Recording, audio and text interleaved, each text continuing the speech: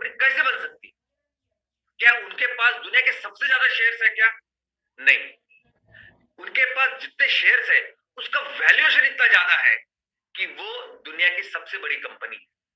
मैं आपको बता दूं कि हमारे पूरे देश की जो इकोनॉमी है, भारत की अर्थव्यवस्था है, वो भी इतनी नहीं, वो भी $3 ट्रिलियन से कम है और उससे भी ज्यादा बढ़ के कंपनी बन चुकी है। तो दोस्तों, चाहे वो आपकी कंपनी को बड़ा बनाना हो, चाहे आपकी संपत्ति को बड़ा बनाना है, तो कौन सी चीज है जो इसको बनाती है? और वो है कंपनी के शेयर्स और शेयर्स का वैल्यूएशन। और ये वैल्यूएशन समझना, ये शेयर्स को समझना बहुत बहुत बहुत जरूरी है। आपको क्या लगता है कि दुनिया का सबसे बड़ा करियर कौन सा है? अगर आप यहाँ अपने देश में, भारत में, अगर आईएएस ऑफिसर है, आईपीएस ऑफिसर है, क्या वो सबसे बड़ा करियर है? क्या आप यहाँ मंत्री भी है तो क्या वो दुनिया का सबसे बड़ा करियर है? तो नहीं। अगर आप यहाँ अपने देश में आईएएस ऑफिसर है, मंत्री है, कोई भी है, लेकिन अगर आप बाहर के देशों में जाओगे तो शायद वहां के लोग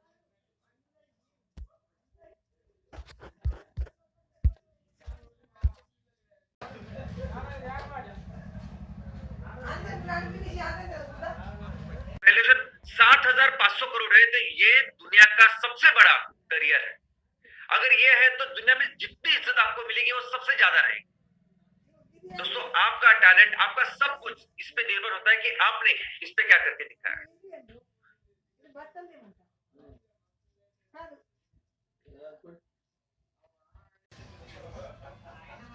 अरे वो ఇది మన దీనిలో ఉద్యోగం ఇవ్వు ఇవ్వు ఇది ఉండదే बहुत सारी सपोर्ट मैकेनिज्म तैयार करती है, इकोसिस्टम तैयार करने की कोशिश करती है। हर देश को लगता है कि उन कंपनी, उनके देश में ज्यादा से ज्यादा ऐसी कंपनियां तैयार हो जो यूनिकॉर्न बने। क्यों? क्योंकि इस यूनियन कंपनी का बहुत बड़ा योगदान होता है अपनी अर्थव्यवस्था के ऊपर। जब एक कोई कंपनी आपके देश में यूनिकॉर्न बनती है तो उसके साथ कई सारी चीजें बनती है। एम्प्लॉयमेंट कितनी जनरेट होती है, कितने सारी कंपनी को वो प्रमोट करती है, इंस्पायर करती है, डायरेक्टली इनडायरेक्टली कितने सारी कंपनी उसके ऊपर डिपेंडेंट होती है। और ऐसी बहुत सारी चीज है जिसके लिए मुझे स्पेशल सेशन लेना पड़ेगा। स्टार्टअप कैसे अपने देश को, देश की इकोनॉमी को आगे लेके जाता है। तो दोस्तों, हर कोई देश इस स्टार्टअप को, इस स्टार्टअप को $1 बिलियन या यूनिकॉर्न बनाने में लगा हुआ होता है। और दुनिया में अगर आप देखोगे तो सबसे ज्यादा जो यूनिकॉर्न्स है वो अमेरिका में है, 487। उसके बाद चाइना में है 301 और तीसरे क्रमांक पे इंडिया है, भारत है 81 पे। ये यूनिकॉर्न इतने इंपॉर्टेंट है कि इस साल भारत ने पहली बार नेशनल स्टार्टअप डे करके एक दिन मनाया। अभी पिछले 5 दिन पहले 16 जनवरी को, यानी पिछले संडे को, भारत सरकार ने पहली बार ये इंडियन नेशनल स्टार्टअप दिन मनाया। और ये दिन हर साल अभी मनाया जाएगा स्टार्टअप्स को बढ़ावा देने के लिए, आगे लेके जाने के लिए, क्योंकि उसका इंपॉर्टेंस इतना है।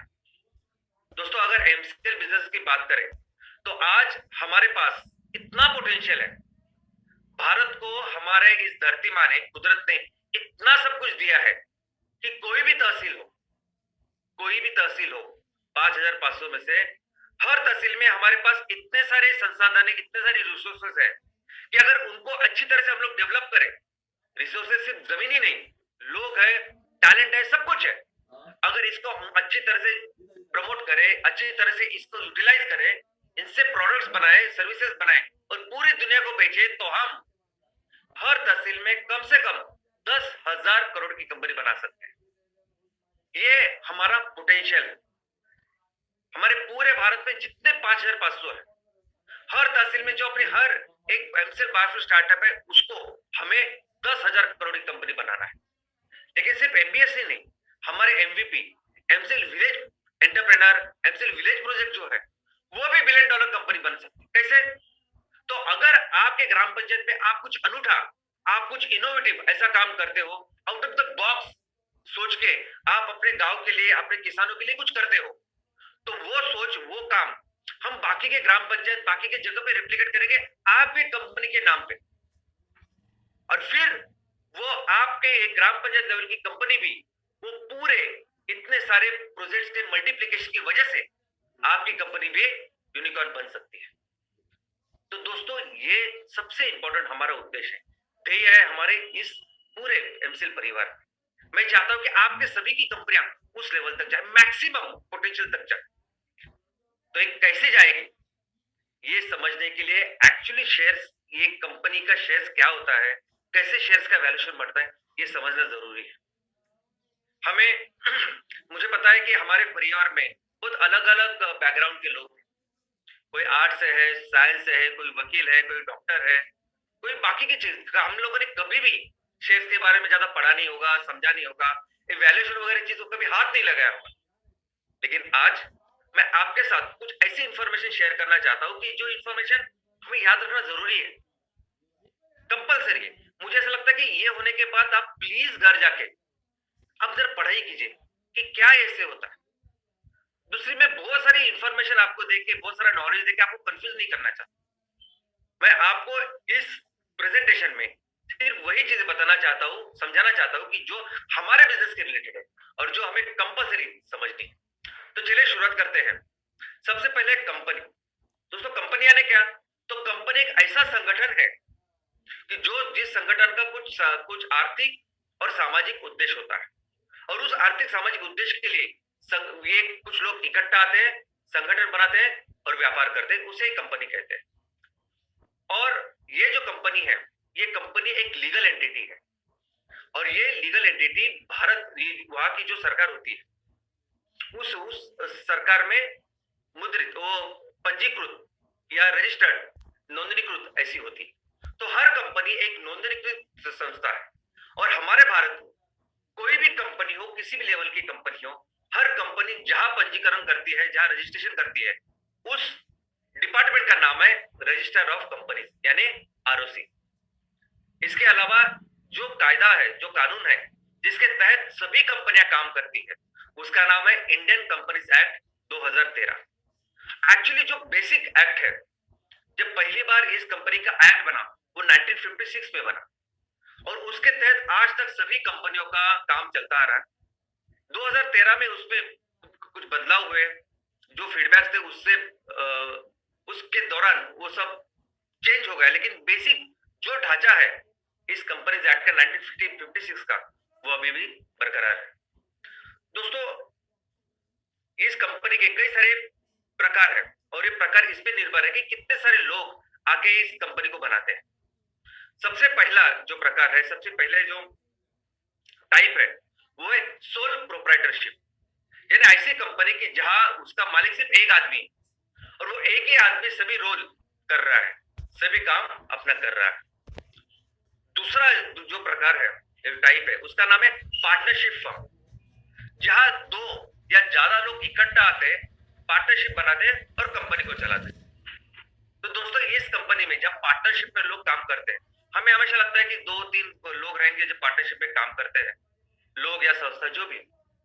लेकिन अगर आप लॉ में पूछेंगे, कायदे कानून में पूछेंगे, तो ये संख्या 100 तक हो सकती है। 100 तक लोग इकट्ठा आके कंपनी पार्टनरशिप में बना सकते हैं। नेक्स्ट है लिमिटेड लायबिलिटी पार्टनरशिप। इसका मतलब ये है कि पार्टनर्स आते हैं, 2 लोग हो सकते हैं, संस्था हो सकती है, और हर एक का अपना अपना एक रोल होता है, अपनी अपनी एक लायबिलिटी होती है जो लिमिटेड होती है उसके विषय में।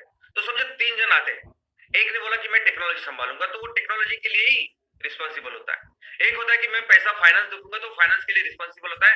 एक कहता है मैं मार्केटिंग करूंगा, तो मार्केटिंग के लिए रिस्पॉन्सिबल होता है। तो ये तीनों अपने मिलकर काम करते हैं, और ये तीनों अपने अपने डिपार्टमेंट के लिए जिम्मेदार होते हैं, पूरे कंपनी के लिए नहीं। इसे कहते हैं लिमिटेड लायबिलिटी पार्टनरशिप।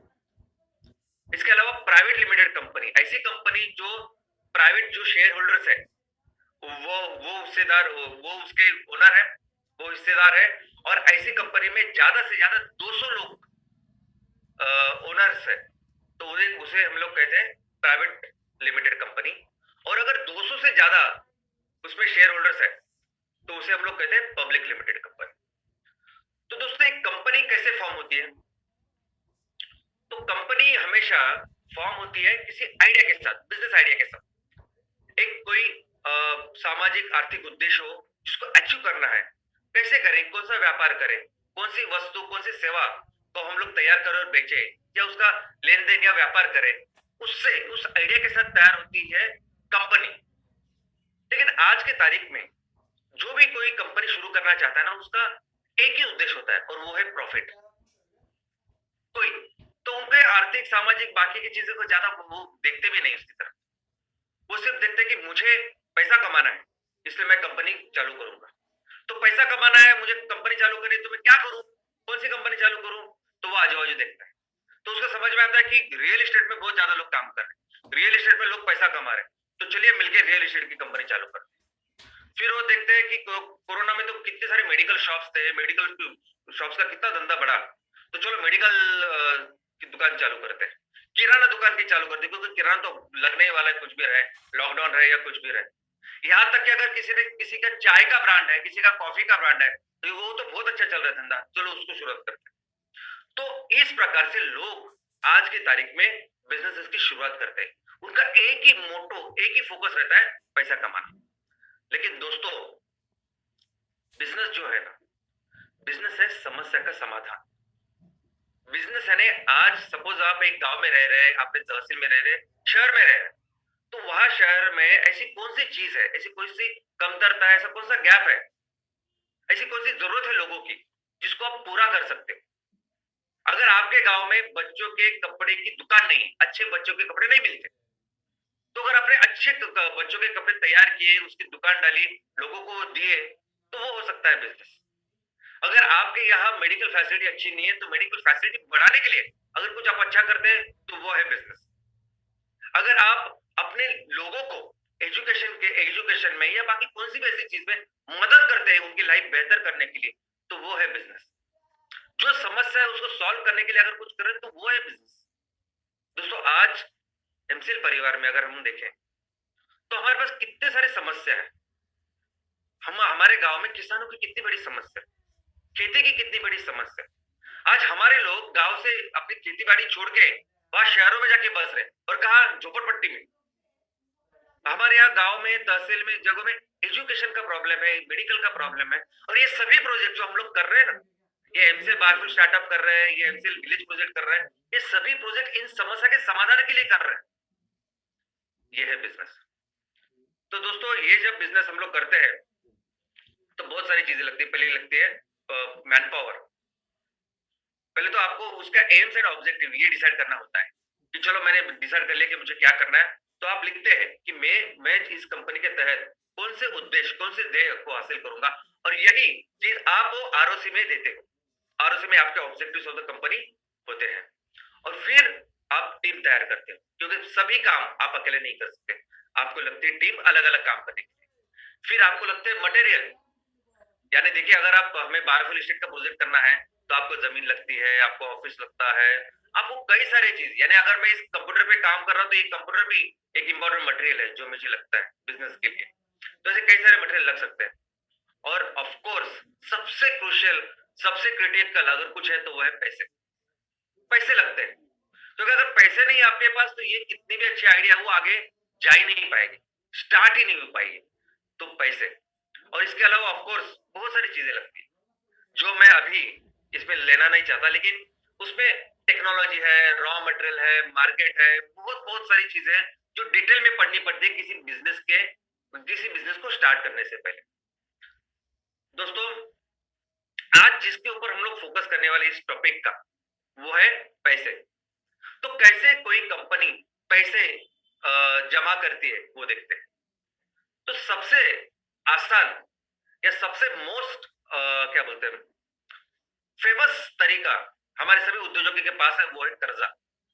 सभी लोग पहले क्या करते हैं, कर्जे की तरफ जाते हैं कि मैं, ये बिजनेस है, ये मेरा बिजनेस प्लान है, तो एक डीपीआर तैयार करते हैं प्रॉपर कि मेरा ये प्रॉपर बिजनेस प्लान है, मुझे इसके लिए लोन चाहिए। और ये पूरा वो डीपीआर लेके, वो पेपर्स लेके वो जाते हैं बैंक के पास, किसी फाइनेंशियल इंस्टीट्यूशन के पास, और उनको बोलते हैं कि मुझे ये 10 करोड़ रुपए चाहिए। और वो जो बैंक में या इंस्टीट्यूशन में बैठा हुआ जो मैनेजर होता है, उसको कोई फर्क नहीं पड़ता कि आप अपने बिजनेस से क्या हासिल करने वाले, आप अपने बिजनेस से क्या सामाजिक आर्थिक उन्नति करने वाले, उसको ज्यादा फर्क नहीं पड़ता। वो सिर्फ इसके ऊपर फोकस रहता है उसका कि अगर मैंने आपको पैसा दिया और अगर आपकी कंपनी नहीं चली, तो मैं अपना पैसे कैसे ले लूंगा। तो उसको क्या लगता है, कोलैटरल। उसको लगती है सिक्योरिटी। अगर आपको 10 करोड़ रुपए चाहिए तो 20 करोड़ की सिक्योरिटी आप लाते। अगर आपको 10 करोड़ रुपए चाहिए तो कम से कम 15 करोड़ रुपए तो कुछ प्रॉब्लम भी हुआ तो भी मैं ये प्रॉपर्टी बेच के अपने पैसे ले लूं, बस इसी हिसाब से वो लोग काम करते हैं। लेकिन दोस्तों, ये रास्ता बहुत बहुत बहुत गलत है। क्यों मैं आपको बोलता हूं? अभी कोरोना में पिछले 1.5 सालों में हमने देखा, 1.5-2 साल में, कि कितने सारे कंपनियां, I mean restaurant, I mean बहुत सारे सेक्टर्स ये इफेक्ट हुआ। लॉकडाउन जैसे बहुत सारे बिजनेस सेक्टर्स बंद थे। ये कोरोना खुलने के बाद, लॉकडाउन खुलने के बाद लगभग 30% से 40% होटल रेस्टोरेंट तो चालू भी नहीं हो पाए। कितने सारे मॉल्स में कितने सारे शोरूम्स हैं वो खुल नहीं पाए। उसका क्या कारण था? क्योंकि ये 1 साल में, 1.5 साल में जब आपका व्यापार बंद था, बिजनेस बंद था, सब कुछ बंद था, लेकिन बैंक का इंटरेस्ट चालू ही था। उनको कुछ फर्क नहीं पड़ता आप क्या कर रहे हैं, कौन सी प्रॉब्लम है आपके घर में, आपके व्यक्तिगत जीवन में या आपके बाहर। उनका वो जो इंटरेस्ट है, उनका जो ईएमआई वो चुकाना ही पड़ता है। और ये व्यवस्था है, ये ना उस मैनेजर के हाथ में है ना उस किसी ऑफिशियल के हाथ में, ये व्यवस्था है।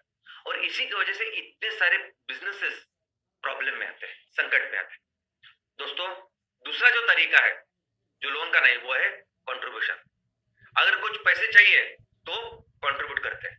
तो सबसे पहले कौन आता है कंट्रीब्यूट करने अपना, तो अपना हिस्सा, वो तो of course the owner, the promoter, जिसके दिमाग से ये सब बिजनेसेस शुरू होते हैं, वो सब अपनी पूंजी पहले उसको लगाता है।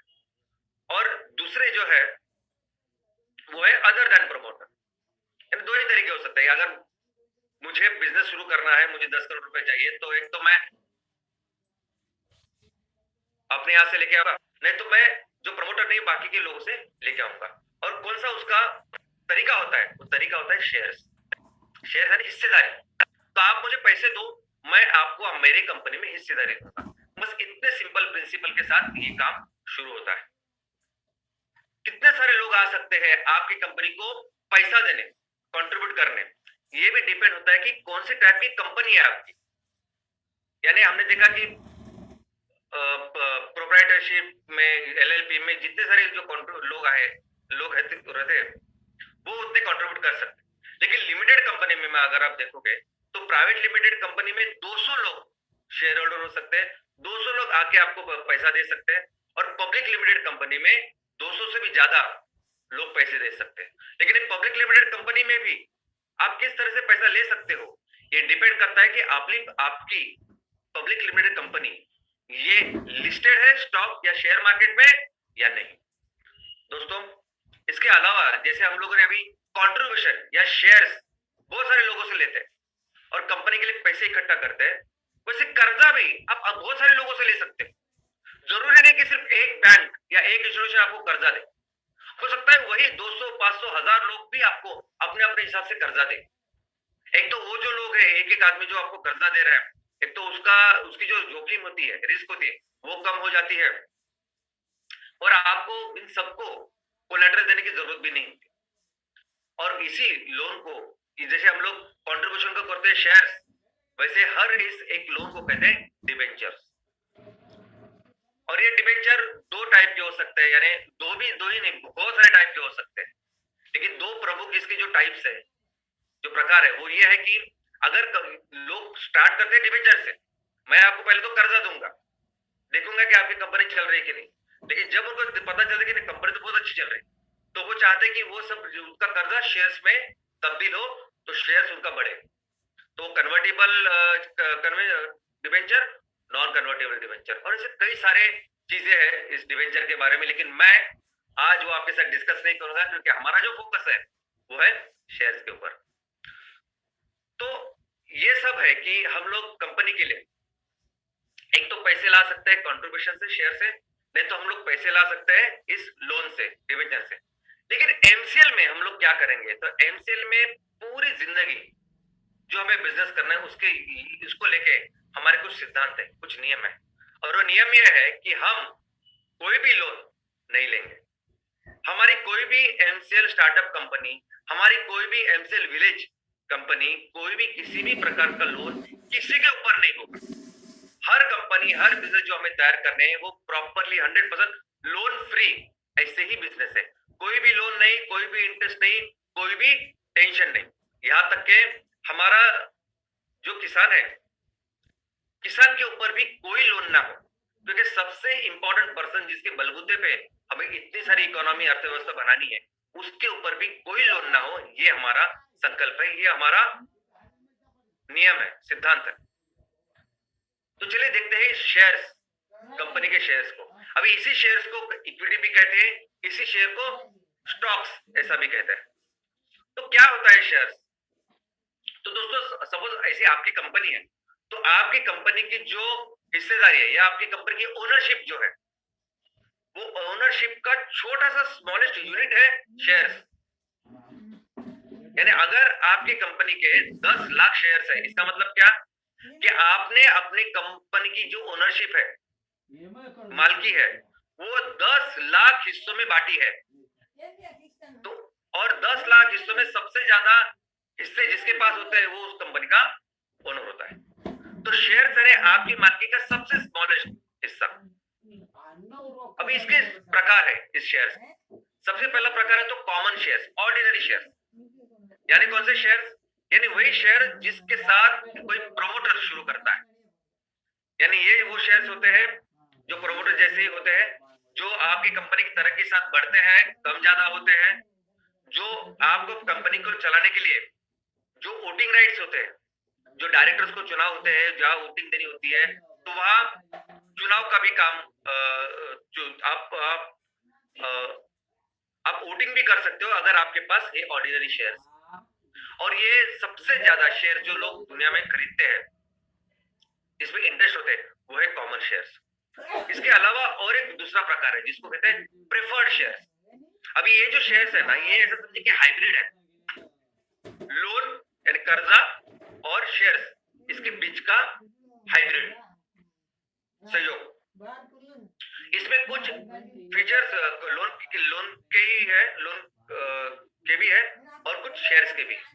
लोन के कैसे कि ये आदमी, ये जब प्रेफर्ड शेयर्स जब कोई कंपनी आपको देती है, तो वो कंपनी आपको इस शेयर के ऊपर आपको कितना पैसा मिलेगा, कितना रिटर्न मिलेगा, उसके बारे में भी आपको देती है लिख के। दूसरा, अगर आपकी कंपनी चली नहीं, अगर आपकी कंपनी बंद हो गई, तो उसके जो कुछ प्रॉपर्टीज होते हैं, प्रॉपर्टी असेट्स होते हैं, उसके ऊपर पहला अधिकार इनका होता है जिनके पास प्रेफर्ड शेयर्स होते हैं। लेकिन ये शेयर्स जैसे होते हैं। इसका मतलब कैसे है कि ये शेयर्स जब भी जैसे अगर कंपनी ने किसी ने बोला कि आपको हम लोग सालाना इतना इंटरेस्ट या सॉरी नॉट इंटरेस्ट, रिटर्न इस शेयर्स के ऊपर देंगे, लेकिन नहीं दे पाए, कोई भी कंपनी अगर नहीं काम कर रही, तो इससे आपको उस कंपनी का वैल्यूएशन कम नहीं होता, वो वैल्यूएशन वैसे ही रहता है। लोन में ऐसा नहीं होता, डेट में, डिबेंचर में, बॉन्ड में ऐसा नहीं होता। अगर किसी बैंक का ईएमआई अगर आपने नहीं चुकाया, तो आपकी तो वो जो सिविल रेटिंग है वो डाउन हो जाती है, कंपनी की सिविल रेटिंग डाउन हो जाती है। वैसे इधर नहीं होता। अगर कंपनी किसी भी कारण आपको नहीं दे पाई पड़ता हुआ, तो वो उससे कुछ उसकी रेटिंग जाती नहीं। दूसरा, अगर आपको जो लाभांश देना है, डिविडेंड देना है, तो सबसे पहले कंपनी आपको लाभांश देती है। तो इस तरह शेयर्स के बाकी सभी चीजें इसमें होती है, लेकिन ये इसमें वोटिंग राइट नहीं होता। ये लोग वोट नहीं कर सकते जिनके पास प्रेफर्ड शेयर होते हैं, और ये वही मैनेजमेंट में हिस्सा नहीं ले सकते। अब इसके कई सारे प्रकार है, प्रायर प्रेफर्ड, प्रेफरेंस प्रेफर्ड। यानी कौन से ये प्रेफर्ड शेयर्स के भी कंपनियां ना, जो कंपनियां बड़ी बड़ी कंपनियां होती है ना, वो लेके आती है ये प्रेफर्ड शेयर। और ये उनकी सीरीज होती है, preferred share series A, series B, series C. तो जो सबसे पहले आता है उसको कहते हैं प्रायर प्रेफर्ड, उसके बाद में जो आता है उसको कहते हैं प्रेफरेंस प्रेफर्ड, कन्वर्टेबल प्रेफर्ड। यानी कुछ ऐसे प्रेफर्ड शेयर्स जो सामान्य शेयर, कॉमन शेयर्स में भी जा सकते हैं, तो कन्वर्टेबल। क्यूमुलेटिव, यानी अगर आप एक साल उनको रिटर्न नहीं दे रहे, तो अगले साल का चला जाएगा, उसका अगले साल चला जाएगा, तो क्यूमुलेटिव, वो उसको क्यूमुलेटिव प्रेफर्ड बोलते हैं। नॉन क्यूमुलेटिव यानी हर साल आपको परतावा देना ही पड़ता है। Exchangeable, participating, perpetual, putable, monthly income. अब मैं इसके बहुत सारा डिटेल्स आपको नहीं देना चाहता। आज मैं जो भी नॉलेज आपको देना चाहता हूँ ना, वो टू द पॉइंट स्पेसिफिक देना चाहता हूँ कि जो आपको याद रहे। जोएबल रहे। बहुत ज्यादा टेक्निकल मैं आपको नहीं बताना चाहता। डिविडेंड, लाभांश, ये बहुत इंपॉर्टेंट चीज होती है जो सबको लगता है कि क्या होता है लाभांश, कितना मिलेगा मुझे डिविडेंड, कि अगर मेरे पास शेयर्स है। तो दोस्तों पहले समझिए कि लाभांश यानी शेयरिंग द प्रॉफिट। कंपनी अपने सब पूरा बिजनेस करने के बाद जो प्रॉफिट होता है वो प्रॉफिट अपने शेयर होल्डर के साथ शेयर करती है, तो उसे कहते हैं हम लोग डिविडेंड। लेकिन जो प्रॉफिट शेयर करते हैं ना, तो सिर्फ प्रॉफिट के साथ बाकी की भी उनको चीजें होती है। तो ऐसा मत समझे कि 10 रुपए मुझे प्रॉफिट हुआ और 10 शेयर होल्डर है तो मैं सबको 1-1 रुपए दूंगा, लेकिन कुछ ऐसी भी कॉस्ट हो सकती है। अगले साल के लिए कुछ प्रिपरेशन हो सकती है, कुछ और कॉस्ट हो सकती है। वो सब देखने के बाद मैनेजमेंट डिसाइड करते हैं कि आपको कितना लाभांश देना है। और ये लाभांश हमेशा पहले गवर्नमेंट को टैक्स देने के बाद ही शेयर होल्डर्स को मिलता है। और ये लाभांश दो तरह का हो सकता है। एक तो आप लाभांश में आपको पैसे दिए जाते हैं, नहीं तो आपको एडिशनल शेयर दिए जाते हैं कंपनी के और ज्यादा शेयर्स। बहुत सारे लोगों को एडिशनल शेयर्स वो ज्यादा इंपॉर्टेंट समझते हैं और वही ज्यादा इंपॉर्टेंट है जिससे आपकी वेल्थ संपत्ति बढ़ती है। और कितना डिविडेंड, कितना रेट रहेगा, कितने रेट से आपको इसमें डिविडेंड मिलेगा, ऑफ कोर्स ये सब डिसाइड करते हैं वहां की मैनेजमेंट, डायरेक्टर्स, वो मैनेजमेंट बॉडी, कि इतना सब हम लोगों ने खर्चा किया, इतना प्रॉफिट हुआ, आगे साल के लिए इतना सब पूरी तैयारी बाकी है, तो इस हिसाब से हम लोग इतना लाभांश लोगों को दे सकते हैं। ट्रेडिंग ऑफ शेयर्स, अभी शेयर्स को इनकी खरीदारी, इनका व्यापार, लेन देन कैसे होती है। तो दोस्तों इसमें भी बहुत इंपॉर्टेंट आपको समझना होगा कि कोई भी कंपनी हो, प्रोप्राइटरशिप से लेके पब्लिक लिमिटेड कंपनी, जब शुरुआत होती है ना, ऑलरेडी उसकी हिस्सेदारी होती है किसी का। ओके, अगर वो एक आदमी है तो पूरे शेयर उसके पास, पब्लिक लिमिटेड कंपनी है तो जो भी जितने भी लोग हैं उनके पास अपने अपने खुद के शेयर होते हैं। तो कोई भी कंपनी स्टार्ट होती है प्रमोटर्स के शेयर्स के साथ। जब वो कंपनी जब शुरुआत हुई उसके पास कुछ भी नहीं है, कोई व्यापार नहीं, धंधा नहीं, सिर्फ उसके पास एक बिजनेस आइडिया है कि ये मेरे पास बिजनेस, ये मेरी भी एक्सपर्टीज है, ये मेरा बिजनेस आइडिया है और इस तरह से मैं ग्रो करना चाहता हूँ। तो वो ये सब लेके इसके लिए जब पैसे इकट्ठा करने, तो सबसे पहले ये लोग जाते हैं अपने दोस्तों के पास, अपने रिश्तेदारों के पास, रिलेटिव्स के पास, और जो जान पहचान के लोग हैं उनके जो रेफरेंसेस है उनके पास जाते हैं और पैसे कोशिश करते कि पैसा दे। लेकिन आपको हमेशा लगता है कि कोई ना कोई ऐसा हो, भगवान किसी देवदूत को भेजे, ऊपर वाला कोई फरिश्ते को भेजे और हमें पैसे दे। और ऐसे फरिश्ते जो आपको उस वक्त पैसे देते हैं जब आपके पास कुछ भी नहीं रहता, आपके पास पैसे भी से नहीं रहते, तो उनको फरिश्ता इन्वेस्टर यानी एंजल इन्वेस्टर कहते हैं, क्योंकि देवदूत यानी फरिश्ता, इसको इंग्लिश में कहते हैं एंजल। तो एंजल इन्वेस्टर यानी क्या, तो वही फरिश्ते जैसे आते हैं और आपको पैसे देते, वही। आपके पास ना कोलैटरल होता है, ना आपके पास कोई ट्रैक रिकॉर्ड होता है कि आपने कुछ बिजनेस किया, नहीं, आपके बिजनेस आइडिया पे वो पैसे देते। तो कैसे देते हैं पैसे? इतने सारे अमीर लोग रहते हैं, करोड़ों रुपए उनके पास होते हैं, और ऐसे आपको पैसे देंगे, कैसे देंगे दोस्तों? ये 15 मिनट में डिसाइड करते हैं कि आपको पैसे देने हैं नहीं। 99% of the time, 99% of the time in लोगों को जो पैसा संभालते हैं उनको आपकी टेक्नोलॉजी समझ में ही नहीं आती। आप क्या कर रहे हैं, क्या टेक्नोलॉजी, बिल्कुल समझ में नहीं आती। हालांकि उनके अंदर उनकी जो टीम होती है 15, 20, 25, 30 लोग रहते हैं जो उनके लिए पूरा वैल्यूएशन, टेक्निकल, ये सब करके उनको दे सकते हैं रिपोर्ट कि देखो सर ये करो या नहीं करो, जो कुछ है। लेकिन वो 15 मिनट, एक बार आपसे मीटिंग करेंगे तो 15 मिनट में वो जानते हैं कि यहाँ पैसे डालने हैं कि नहीं। वो उस टेक्नोलॉजी पे, बिजनेस के ऊपर पैसा नहीं लगाते, वो पैसा लगाते हैं लोगों के ऊपर, वो पैसा लगाते हैं आपके नियत के ऊपर कि आप क्या करेंगे, आप कितने पैशनेट हो, कितनी मेहनत करोगे आप अपना ये जो सपना साकार करने के लिए। क्या करोगे आप मेरे पैसे के साथ? मेरे पैसे के साथ आप मस्ती करोगे या मेरे पैसों को अच्छी तरह से यूटिलाइज करके उसको देश हित में या समाज हित में उसका उपयोग करोगे, कंपनी को बड़ा करोगे। बस इसी एक ही चीज के ऊपर लोग पैसा लगाते हैं। जब आपके पास कुछ नहीं होता वो आपके ऊपर पैसा लगाते हैं। क्या बैकग्राउंड है, क्या करते हैं आप, क्या पैशनेट, कितनी मेहनत से ये सब कर। दोस्तों, इसके बाद जब आपने एक दूसरी परिस्थिति हो सकती है कि आपने अपने कुछ पैसे लिए, कुछ पैसे थे यहाँ से वहां से इकट्ठा किए और आपने एक छोटा सा डेमो प्रोजेक्ट शुरू किया, एक छोटा सा लैब प्रोजेक्ट शुरू किया या छोटा सा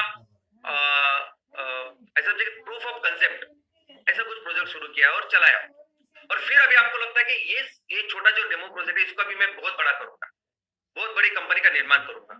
तो ये जो आइडिया है, ये आइडिया को बड़ा करने के लिए जिन लोगों के पास आप जाते हैं, जो लोग आपको पैसा देते हैं, उनका नाम है वेंचर कैपिटलिस्ट। ये लोग यानी संस्था होती है, ये लोग आपके तरफ देखते हैं, आपकी इस बिजनेस आइडिया को देखते हैं। पहले तो देखते हैं कि मार्केट है क्या इसको जो आप काम कर रहे हो। अगर मार्केट है, अगर मार्केट का पोटेंशियल है, तो क्या आप में वो कैपेबिलिटी है कि आप वो सब लेके उसको इतना वहां तक लेके जाएंगे। जो चीज अभी आपने लैब में की, जब छोटे से इसमें की, क्या आपको इतना बड़ा करेंगे क्या? इतना जो बिजनेस, जो मार्केट है, जो पोटेंशियल है, वो कर सकते हैं क्या? तो वो सब देख के फिर आप पे पैसा डाल। लेकिन ये जब पैसा देते हैं तो बहुत सारी इक्विटी उस लेवल पे आपसे ले लेते हैं। इक्विटी यानी हिस्सेदारी, इक्विटी यानी शेयर्स, बहुत सारे शेयर्स, बहुत सारी हिस्सेदारी आपसे ले लेते हैं, क्योंकि उनका मानना होता है कि हम जोखिम उठाते हैं, और वो जोखिम उठाते ही है। हम जोखिम उठाते हैं जब हम लोग इतने लेवल पैसे देते, क्योंकि हमको पता ही नहीं होता कि आगे जाके क्या होने वाला, और होता भी है। वो 10 कंपनियों में पैसा डालते हैं ना, तो 8 कंपनियां तो काम ही नहीं कर पाती जो इतना करना है। लेकिन 2 कंपनियां ऐसी काम करती है कि जितना पैसा आपने 10 कंपनियों में डाला ना, उससे 10 गुना उनको पैसा वापस मिलता है। लेकिन इनका देखो, इनका एक माइंडसेट है। इनका माइंडसेट ये है ना कि उनको सिर्फ पैसा कमाना होता है, नंबर 1। जो मैंने भी देखा और जो ज्यादा से ज्यादा लोग करते हैं, वो क्या उद्देश्य है आपके, किस उद्देश्य के साथ आप काम कर रहे हैं, उससे भी सबसे ज्यादा इंपॉर्टेंट, जैसे बैंक वाला देखता है ना, वो पैसे, कि मैं जब इनमें पैसा डालूंगा तो मेरा पैसा ज्यादा से ज्यादा ग्रो होना चाहिए। वो बाकी की चीज देखते नहीं। और इनका एक काम करने का तरीका होता है। वो क्या करेंगे, एक बार आपको पैसे दिए, आपसे बहुत सारी पहले तो इक्विटी ले लेंगे, उसके बाद जब भी आपको पैसे लगेंगे वो खुद लाएंगे। कैसे लाएंगे? तो उस हर कंपनी को हर बार जब पैसे लाने होते हैं ना, तब उसका वैल्यूएशन करना होता है। हर बार बहुत बड़ा वैल्यूएशन करेंगे, खुद ही सब पैसे लाएंगे। और इस सब पूरे प्रोसेस में वो जो ओनर होता है, जो मेन प्रमोटर होता है पहला, जिसकी आइडिया थी, उसकी इक्विटी तो 2, 4, 5% होती है। हमारे आज के तारीख में मैक्सिमम जो स्टार्टअप है उनकी इक्विटी 5% से ज्यादा नहीं है, जिसने शुरुआत की 5%। और ये वेंचर का उनको बढ़ा के शेयर्स का वैल्यूएशन बढ़ा के एक दिन आईपीओ में चले जाते। और आईपीओ का वैल्यूएशन इतना ज्यादा होता है, और ये सभी शेयर्स जो उन्होंने कमाए होते हैं थोड़े से पैसे के ऊपर, वो पूरा किसको देते हैं? पब्लिक को। और पब्लिक फिर इंट्राडे खेलती रहती है हर दिन। आज ये शेयर्स लिया मैंने, आज ये ऊपर गया, ये नीचे गया, तो पूरी जिंदगी फिर पब्लिक ही करती है। और ये वेंचर कैपिटलिस्ट अपना एक काम करके पैसे कमा के निकल जाते हैं। और इनको ये पैसे देते भी है वो स्टार्टअप्स, सॉरी पैसे नहीं, इक्विटी। वो चाहे जितनी मांगे उतनी इक्विटी देते हैं। आज हमारे इंडियन स्टार्टअप्स में आपको बोलता हूं, हमारे जो इकोसिस्टम की क्या मेंटालिटी मैं आपको बता, जो लोग हमारे यहाँ स्टार्टअप शुरू करते हैं ना, देखो सभी नहीं है, अच्छे लोग भी है, लेकिन मैक्सिमम लोग आज की तारीख में क्या करते हैं मैं आपको बताता हूँ। जैसे मैंने बताया ना आपको, चाय की दुकान, मेडिकल की दुकान, हम लोग कैसे बिजनेस करते हैं, शुरुआत प्रॉफिट करना चाहिए, वैसे सेम मेंटालिटी के साथ हमारे यहाँ स्टार्टअप पैदा होते हैं। उनका एक ही उद्देश्य होता है, एक ही लक्ष्य होता है कि मुझे पैसा कमाना है, बस। अभी मैं भारत में हूं, तो भारत में इतना बड़ा मार्केट तो है ही, तो ऐसी कौन सी चीज है कि जो मार्केट में आप तैयार करोगे और आपको पैसा मिलेगा? तो फिर वो कहां देखते हैं? वो देखते हैं अमेरिका में। अमेरिका में क्या चल रहा है? वो कहां देखते हैं? चाइना में। चाइना में क्या चल रहा है? जापान में क्या चल रहा है? यूरोप में क्या चल रहा है? तो वैसी सेम मैं अपना एक बिजनेस प्लान बनाता हूं, उनका एक ही चीज लेके दिमाग में लेके वो चालू करते हो बिजनेस प्लान, कि एक दिन ये कंपनी जो मैं चालू कर रहा हूं ना, एक दिन मुझे कंपनी बेच के बहुत सारा पैसा कमाना। अभी मैं कितने सारे एग्जांपल आपको दूं कि जिसमें ऐसा है। अभी फ्लिपकार्ट के जो ये 2 बंसल्स है, जो दोस्त है, इन्होंने कंपनी शुरुआत की। ये तो दोनों अमेज़न के लिए काम करते, तो अमेज़न का सेम बिजनेस मॉडल उन्होंने यहां शुरुआत की। ओके सेम, और अपना बिजनेस का चालू किया। और आज की तारीख में उन्होंने 100% वो जो बिजनेस है ना वो वॉलमार्ट को बेच के, ये दोनों के पास हर एक के 6,000 करोड़ है। 6,000 करोड़ क्या चाहिए जिंदगी में आपको? क्या फर्क पड़ता है फ्लिपकार्ट किसके पास है? क्या फर्क पड़ता है कि आगे के 50 साल ज्यादा साल ये वॉलमार्ट यहाँ इंडियन कंपनी इस पे राज करेगा, लोगों के ऊपर राज करेगा, अपने कुछ फर्क नहीं पड़ता। अपने पैसे बना लिए ना, बस हम लोग खुश, क्योंकि इसी मेंटालिटी के साथ तो हम लोगों ने शुरुआत की थी। ये वॉलमार्ट, और वॉलमार्ट भी क्या सोचता मैं आपको बता, वॉलमार्ट अगर खुद से आएगा, वॉलमार्ट का अगर इंडिया में बिजनेस करना है खुद से आएगा तो लोग क्या बोलेंगे, अरे विदेशी कंपनी, वही फिर लोकल ग्लोबल वो सब शुरू हो जाएगा। ये अच्छा है ना, यहाँ की जो कंपनी 100% उसको ले लो, लोगों को क्या लगेगा ये तो फ्लिपकार्ट की है। हम कस्टमर क्या सोचेंगे, अरे मैं फ्लिपकार्ट का लूं या अमेजोन का लूं? ऐसा हम लोग, जो अमेजोन तो बाहर की अमेरिका की कंपनी है और फ्लिपकार्ट अपनी कंपनी है, लेकिन हमें ये नहीं पता कि अमेजोन भी अमेरिका की है, फ्लिपकार्ट भी अमेरिका की है, और वो सब ईस्ट इंडिया कंपनी वर्जन 2 है जो भी बिजनेस कर रहे हैं। वैसे हर, आपको ये लगता है ओला सेम वो उबर की कॉपी है, लेकिन आज की तारीख में ओला की जो ओनरशिप है, ये यहाँ पे दो लोग है, भाविश अग्रवाल और अंकित पाटिल। इनके पास कितने पैसे हैं अभी?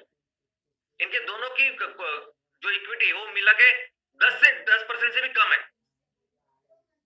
Soft bank 22%, matrix 12%, tiger global 20.5%। ये ओनर इस कंपनी का। अगर आपको लगता है कि ओला बहुत अच्छा काम कर रही है, उबर से भी कुछ देशों में अच्छा काम कर रहे हैं, तो इसका मतलब ये नहीं कि देश की कंपनी इतना अच्छा काम कर, ये ओनर है, ये जापानीज कंपनी जो सॉफ्टवेयर वो ओनर है जो कर रही है और बिजनेस कमा रही है, पैसे कमा रही है। पेटीएम एक ऐसी कंपनी की जहां विजय शर्मा के पास 10% से ज्यादा है। बाकी के सभी कंपनियों में आप अगर देखोगे तो ये जो प्रमोटर है उनके पास तो बहुत कम परसेंटेज बचे। ये ड्रीम 11 आज की तारीख में सबसे लेटेस्ट अगर कोई कंपनी है जिसका वैल्यूएशन वही यूनिकॉर्न बन चुका है, यानी 1 बिलियन नहीं, उसका भी $2.5 बिलियन है। और इस ड्रीम 11 में भी अगर आप देखो तो सभी चाइनीज वो सब वो उनकी मालकी है। और मुझे समझ में ही नहीं आता कि ड्रीम 11 है क्या, यानी ड्रीम 11 एक गेम है या ड्रीम 11 जुगाड़ है, सट्टा है, जो होता था पहले कि कौन खेलेगा, क्या खेलेगा, कितना लगाएंगे आप, और वो एकदम प्रॉपरली उन्होंने करके रखा है। और हमारे कितने सारे लोग हैं, करोड़ों लोग, उनको लगता है क्या फर्क पड़ता है 50 रुपए डालने से। जो करना चाहिए स्टार्टअप से वो नहीं कर रहे हम। खेती की तरफ देखो, लोगों के एजुकेशन की तरफ, वो नहीं, ये ऐसा कुछ करा कि पैसा कमा रहे हैं, हमको लग रहा है अपनी कंपनी बड़ी हो रही है, और कमा रहे हैं बाहर के लोग। और ये सब वैल्यूएशन देखो, ये सभी इंडियन स्टार्टअप्स है। किसी भी कंपनी में जाइए आप, किसी भी कंपनी में जाइए, उस कंपनी का ओनरशिप, उसके जो शेयर्स है, इक्विटी है, उसकी ओनरशिप आप देखिए तो आपको पता चलेगा कि कौन एक्चुअल में ओनर है। अब ये देखिए, ये कंपनियां जो आपको लगती है भारतीय है, उसमें बहुत बड़ी मालकी है Chinese investors, big basket, Byju's, delivery, dream 11, Flipkart, ये सब कुछ इसमें उनकी ओनरशिप है। ये जापानीज कंपनी है। इस जापानीज कंपनी अन अकेडमी, बायजूस, ये सभी कंपनियां, ये सभी मिला के अगर आप देखोगे ना तो मैक्सिमम जो आज की तारीख में हमारे देश में जो भी $1 बिलियन कंपनी, जो भी यूनिकॉर्न की बात कर रहे हैं, जिससे हम लोग बोल रहे हैं कि जिस तरह की राह पर जाएगा, वो यूनिकॉर्न क्या कर रही है, तो यूनिकॉर्न सिर्फ दिखाने के लिए अपनी है, उसमें ओनरशिप उन लोगों की है। आप पढ़िए जरा इसको, आप जरा जाके इसके पढ़िए, अभ्यास कीजिए तो आपको पता चलेगा किस तरह से लोग काम कर रहे हैं। और एक विशेष साइकिल होता है, देखो विशेष साइकिल यानी क्या, दलदल होता है, दलदल। एक बार पहली बार अगर आपने इनसे पैसा लेंगे ना, उनके लोग आ जाते हैं बोर्ड के ऊपर, और आगे के आखिर तक आप जिनसे पैसा लेंगे, क्या करेंगे, ये सब कुछ ये लोग डिसाइड करते हैं। तो अगर किसी वेंचर कैपिटल से आपने पैसे लिए तो बस आपका हो गया। और इनका काम ही ऐसा है, ऐसे लोगों को ढूंढना। आपको क्या लगता है कि एमसीएल में हम लोग क्या कर रहे हैं? एमसीएल ये कर नहीं सकते थे कि 1 साल पहले ही, 1-1.5 साल पहले? बिल्कुल नहीं करेंगे। एमसीएल बिल्कुल कभी भी ऐसे लोगों से पैसा नहीं लेगी।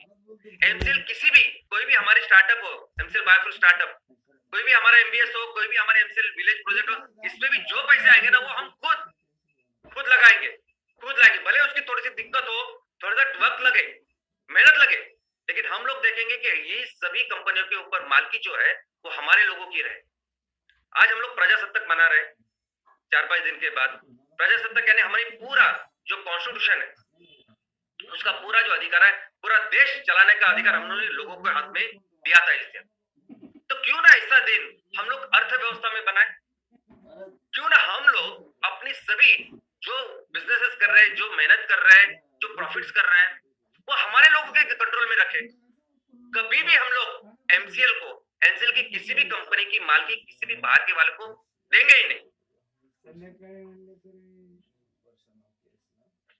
तो चलिए देखते हैं कि कंपनी जब आपकी एक अच्छी स्टेबल पे जाती है, जब लोग आते हैं, लोग आपको पैसा देते हैं और आपकी एक कंपनी अच्छी बन गई, छोटी नहीं, अभी आपकी एक ठीक ठाक सी कंपनी है, स्टेबल कंपनी है, नॉन कंपनी है, ऐसी सपोज बनती है, तब आपको जब उसके बाद जब ज्यादा पैसे चाहिए होते हैं तब आता है कैपिटल मार्केट।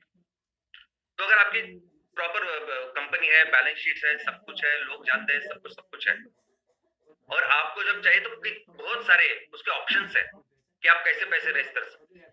और सेम है यहाँ, कर्जा भी हो सकता है शेयर्स भी हो सकता है। कर्जा में भी बॉन्ड्स है, सबको बहुत कुछ है, डिबेंचर्स है। अब ये अगर मैं कैपिटल मार्केट यानी क्या और कौन किस किस तरीके से, अगर आपको किस किस तरीके से आप पैसे रेज कर सकते हो, इसके लिए मुझे अलग से सेशन लेना पड़ेगा, इतना बड़ा विषय है ये कैपिटल मार्केट। लेकिन आज जिसके ऊपर हमें फोकस करना है वो है प्राइमरी मार्केट। अभी यानी इस कैपिटल मार्केट के दो तरह के मार्केट है, एक प्राइमरी और एक सेकेंडरी। प्राइमरी मार्केट यानी क्या? प्राइमरी मार्केट यानी समझिए कि आप कंपनी के शेयर्स जो कंपनी के पास है, जो प्रमोटर के पास है, वो पहली बार आप इन्वेस्टर को जब देते हैं इस मार्केट में, कैपिटल मार्केट में, तो उसे प्राइमरी मार्केट है। पहली बार जब वो शेयर के पास से लेके इन्वेस्टर के पास जाते हैं, और इसमें जब वो पहली बार नए शेयर ट्रेड करने के लिए लाते हैं मार्केट में, बिजनेस करने के लिए लाते हैं, लेन देन करने के लिए लाते हैं मार्केट में, तो सबसे पहले वो पूछते हैं अपने एग्जिस्टिंग शेयर होल्डर्स, क्या आप लोग क्या, यानी जिन्होंने हमारे ऊपर भरोसा रखा है, जो इतने साल से हमारे पास साथ में है, पहले उनको पूछते हैं कि हम लोग आपको डिस्काउंट में देंगे, और डिस्काउंट में देते हो राइट्स इशू कि बाहर का उनका वैल्यूएशन कितने भी हो शेयर, लेकिन वो पहले अपने लोगों को पूछते हैं और उनको डिस्काउंट में देते हैं, उसको कहते हैं राइट इशू। दूसरा है प्रेफरेंशियल शेयर अलॉटमेंट। अगर कोई कंपनी है जिसको पैसे की जरूरत है और कुछ ऐसे लोग हैं जो उनके एग्जिस्टिंग शेयर होल्डर नहीं, लेकिन उनकी कैपेबिलिटी है, सब कुछ है, तो वो क्या करते हैं कि जितना उनके वैल्यूएशन है शेयर्स का, उससे थोड़ा सा डिस्काउंट पे इन लोगों को पैसे दे सकते, इन लोगों को शेयर दे सकते, और इनको हम लोग कहते हैं प्रेफरेंशियल बेसिस, प्रेफरेंशियल अलॉटमेंट। और सबसे इंपॉर्टेंट जो है, जो सारी जनता को, सबके लिए, सिर्फ जनता नहीं, जनता, इंस्टीट्यूशन, बैंक, सबके लिए खुला हुआ जो अपने शेयर्स का मार्केट होता है, उसे कहते हैं इनिशियल पब्लिक ऑफरिंग। जब पहली बार कोई कंपनी अपने शेयर्स ट्रेडिंग के लिए बाजार में लाती है, पहली बार, प्राइमरी मार्केट उसको कहते हैं, उस मार्केट को। और जो सबसे ज्यादा इंपॉर्टेंट चीज है वो है इनिशियल पब्लिक ऑफरिंग। कौन से रेट पे आप लोगों को या इंस्टीट्यूशन को शेयर देंगे, ये तय करती है आपके शेयर्स का वैल्यूएशन। वैल्यूएशन कौन बनाता है? तो वैल्यूएशन बनाने वाले एक कंपनियां है, इंस्टीट्यूशन है, जो सेबी जिसको ऑथराइज करती कि हाँ आप एक क्लास 1, क्लास 2, ऐसे क्लासेस भी है कि आप वैल्यूएटर हो, आप इस कंपनी को इसका वैल्यूएशन कर सकते हो। इसके साथ आता है एक अंडरराइटर। आपने सुना होगा अंडरराइटर करके एक, कोई भी आईपीओ जब आता है ना, तो वहां एक अंडरराइटर करके ब्रैकेट में या ब्रैकेट के अलावा एक अंडरराइटर करके होता है। अंडरराइटर हमेशा एक बैंक या इन्वेस्टमेंट बैंकर होती, एक इंस्टीट्यूशन होती, वो कंपनी को ये भरोसा दिलाते हैं कि अगर आपके ये शेयर्स मार्केट में सपोज जितने चाहिए आपको, अगर आपको 10 लाख शेयर्स बेचने, आप नहीं बेच पाए तो हम लोग खरीदेंगे, अगर वो कम के किसी पैसे से जा रहे तो हम लोग खरीदेंगे। तो आपकी गारंटी लेके एक अंडरराइटर आपके साथ आईपीओ में आता है। दूसरा, इस आईपीओ के साथ आप तैयार करते हैं एक प्रोस्पेक्टस। तो ये प्रोस्पेक्टस यानी क्या? तो ऐसा समझिए कि जब आपको शेयर देने हैं लोगों को, तो आप एक ब्रोशर तैयार कर दीजिए, जैसे हम लोग करते हैं ब्रोशर। आपकी कंपनी क्या है, कब से चालू हुई, आपकी कंपनी की क्या क्या इतने सालों में आपने क्या क्या किया, क्या आपके नंबर्स है, क्या प्रॉफिट्स है, आगे वाले दिनों में आप क्या करने वाला है, कौन लोग है जो की पर्सन है जो इसको मैनेज करते हैं, ये पूरी जो इन्फॉर्मेशन जिस बुकलेट में या जिस ब्रोशर में रहती है उसे कहते हैं प्रोस्पेक्टस। अब ये हुआ सेकंड प्राइमरी मार्केट। दूसरा टाइप का मार्केट है सेकेंडरी मार्केट। सेकेंडरी मार्केट यानी क्या? तो सेकेंडरी मार्केट यानी हुआ एक बार कंपनी ने अपने शेयर्स लोगों में दिए, इस मार्केट में दिए, तो एक दूसरे के साथ जो हम लोग व्यवहार करते हैं ना, वही इंट्राडे वाला। एक इन्वेस्टर के साथ दूसरा इन्वेस्टर, दूसरे के साथ जो चलता है हर दिन। आईपीओ को वगैरह कैसा होता है कि आप एक कोई पर्टिकुलर दिन में वो आईपीओ लॉन्च करते हैं, ओके। लेकिन सेकेंडरी मार्केट में एक बार वो चला गया तो उसके बाद आप हर दिन कितने भी शेयर्स, आज आपने 50 खरीदे, 100 बेचे, ऐसा सब वो चलता रहता है। इसके अलावा अभी हमारे ये जो सभी मार्केट है जिसमें शेयर की लेन देन होती है, इसे कहते हैं स्टॉक मार्केट, नहीं तो शेयर मार्केट। अभी कैसे हमारे गांव में, शहर में कैसा होता है, कपड़ा मार्केट होता है, सब कपड़े की दुकानें होती है। सोने का मार्केट रहता है, ज्वेलरी का मार्केट, सब ज्वेलरी की दुकान रहता है। कोई ऐसा ऐसा होता है कि जब भाजीपाला, आई मीन मंडी मंडी होती है जिससे, जहाँ से सब्जियां वगैरह सब कुछ मिलता है। वैसे ही जहाँ शेयर्स, सिर्फ शेयर्स का धंधा होता है, बिजनेस होता है, लेन देन होता है, उसे कहते हैं शेयर मार्केट या स्टॉक मार्केट। हमारे यहाँ सबसे पहले, यानी इस शेयर मार्केट में अगर आप देखोगे ना, दो टाइप के शेयर मार्केट पहले पहले हुआ करते थे। एक नेशनल लेवल के शेयर मार्केट और दूसरे रीजनल, जो स्थानिक लेवल के शेयर मार्केट होते। लेकिन जब से टेक्नोलॉजी अभी इतनी बेहतर बन गई है, सभी शेयर्स अभी डीमोनेटाइज हो गए, यानी शेयर्स को अभी फिजिकल लेवल में है नहीं। वो शेयर्स अभी आप कहीं भी तो भारत के किसी भी कोने पे बैठ के आप किसी भी कंपनी का शेयर्स ले सकते हो, दे सकते हो, सब डीमोनेटाइज है, डिजिटल है। तो तब से फिर अभी कुछ प्रमुख जो शेयर मार्केट है जो भी काम कर रहे हैं उनके बारे में मैं बताऊंगा। लेकिन सबसे पुराना, वन ऑफ द पुराना मैं बोल सकता हूं, और सबसे बड़ा शेयर मार्केट अगर भारत में कोई है तो वह है बॉम्बे स्टॉक एक्सचेंज, वह है बीएसई, जो मुंबई में है। 1875 से लेके ये है, लगभग 5500 कंपनियों से ज्यादा कंपनियां इसमें लिस्टेड है। ये शेयर मार्केट की शुरुआत बहुत पहले 1875 में बनियन टेक पेड़ के नीचे हुई थी। वह एक टाउन हॉल है साउथ बॉम्बे में, एंड में। तो वहां एक पेड़ के नीचे सभी व्यापारी लोग आते थे और धंधा करते थे। और जैसे जैसे फिर वो बढ़ने लगा विस्तार, तब फिर उन्होंने अपना कारोबार शिफ्ट किया एक बिल्डिंग में, और तब फिर बॉम्बे स्टॉक एक्सचेंज वगैरह उसकी शुरुआत हो गई। दूसरा सबसे इंपॉर्टेंट है वो है नेशनल स्टॉक एक्सचेंज। क्योंकि बॉम्बे स्टॉक एक्सचेंज में कैसे हुआ कि कुछ लोग इतने स्ट्रांग बन गए जो कुछ मैनिपुलेशन भी करने लगे। मैनिपुलेशन यानी आप समझ सकते, थोड़ा सा इधर उधर करने लगे।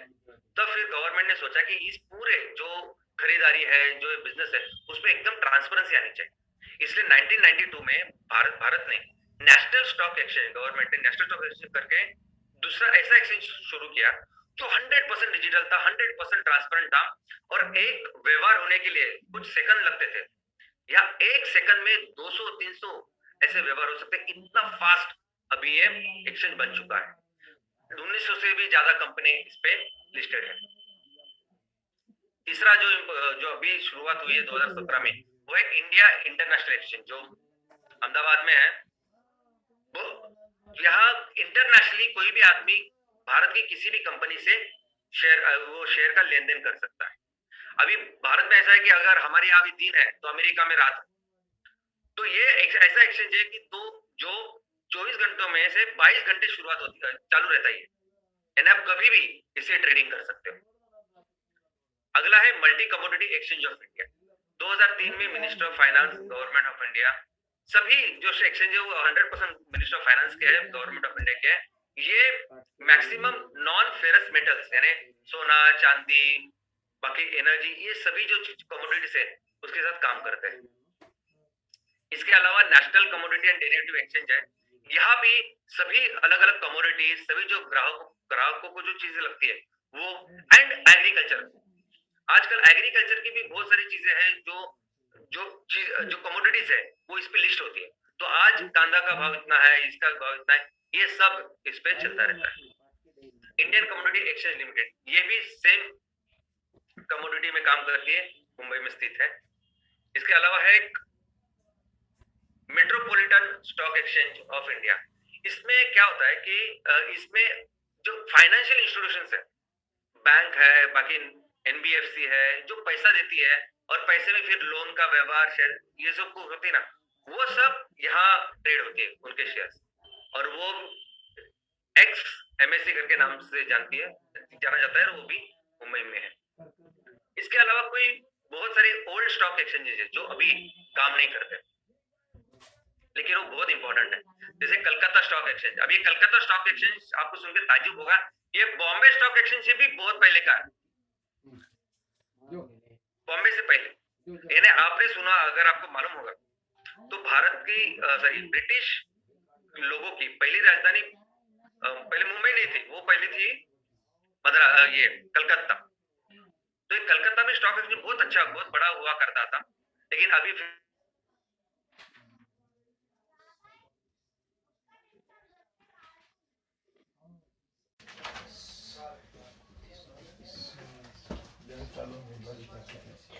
रात को फोन लगेगा तो गए मेरे को जाने का, मेरे को काम आता है आदमी का।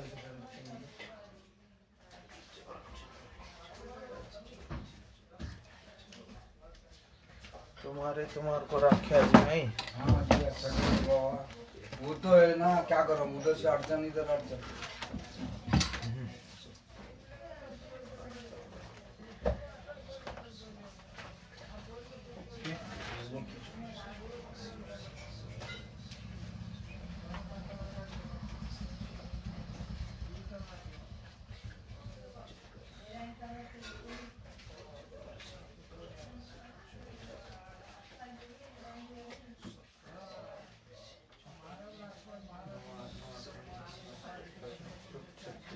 Recording in progress. फिजिकली दो, सब कुछ दो, उन दिनों की सब बात है।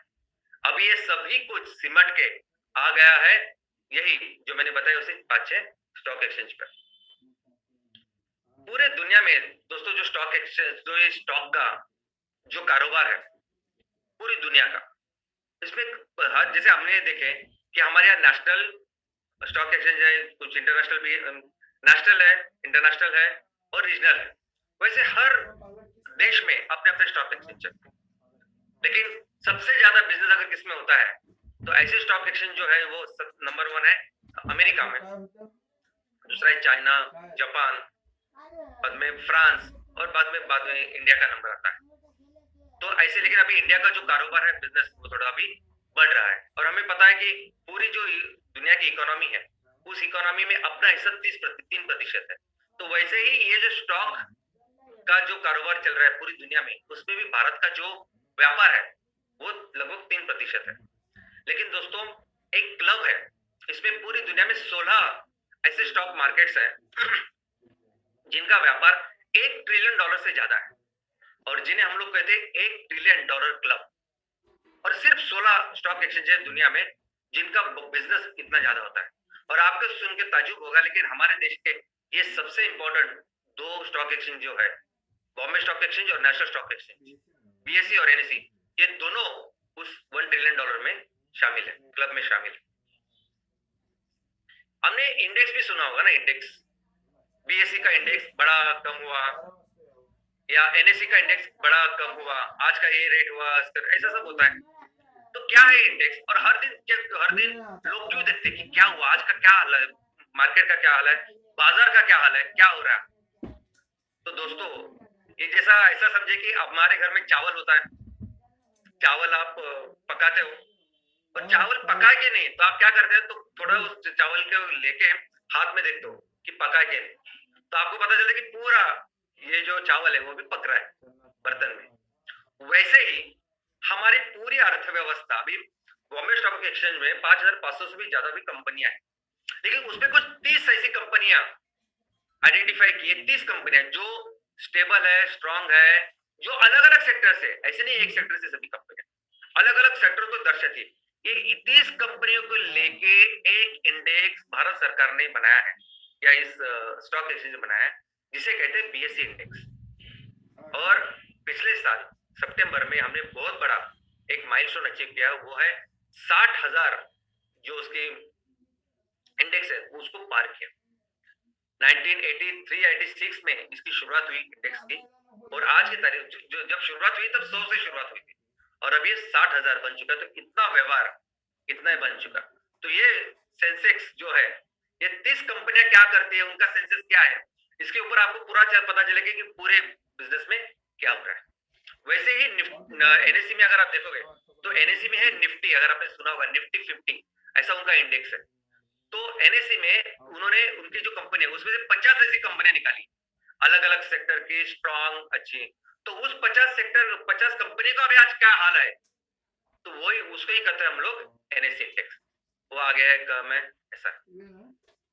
तो दोस्तों ग्रोथ कैसी होती है, कंपनी की ग्रोथ कैसी, कोई कंपनी एकदम एकदम आई मीन धीरू भाई अंबानी साहब की जो स्टोरी कितनी इंस्पायरिंग है रिलायंस ग्रुप की, कि कितने छोटे से इसके साथ उन्होंने शुरुआत की थी। लोग कहते 500 रुपए के साथ शुरुआत की थी, उनकी खुद की अपनी स्टोरी। आज भारत की सबसे बड़ी कंपनी बनी, तो उस कंपनी का वैल्यूएशन बढ़ा है, शेयर्स कैसे उन्होंने तैयार किए, कैसे वो शेयर्स बढ़े, कैसे उस शेयर्स का वैल्यूएशन वगैरह बढ़ा, वो समझना है दोस्तों।